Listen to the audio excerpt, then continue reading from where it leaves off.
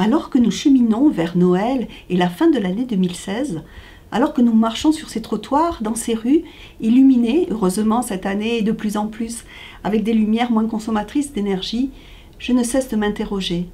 Je réalise combien nous marchons sur une ligne de crête qui va si facilement des larmes, non plutôt du sourire aux larmes, si facilement de l'espérance au pessimisme le plus noir. D'un côté, nous avons lu il y a peu de temps dans notre journal dans Réforme l'entretien avec Michel Serres.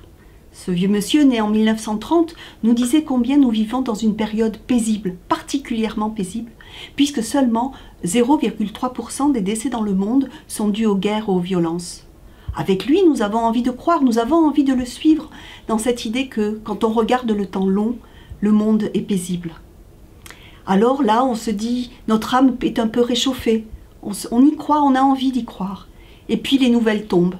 Un attentat terrible contre une église copte au Caire, un autre à Istanbul. La famine, la malnutrition, le choléra qui envahissent la Grande Anse, cette région particulièrement touchée par l'ouragan Matthews en Haïti.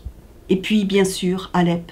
Alep qui est tombé sous les bombes et sous la dictature de Bachar al-Assad.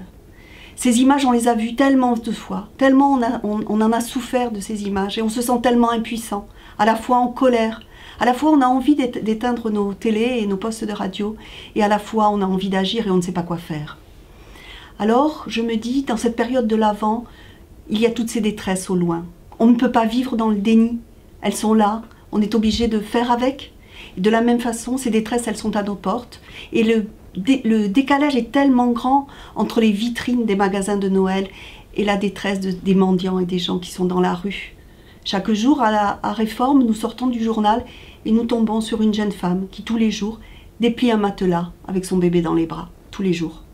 Et puis, en même temps, je suis heureuse d'aller fêter Noël et l'Avent avec une famille, la famille syrienne que nous avons accueillie à Sèvres, la ville où j'habite. Alors je me dis qu'être chrétien, être croyant, être protestant, c'est peut-être accepter de passer non pas du sourire aux larmes, mais des larmes au sourire.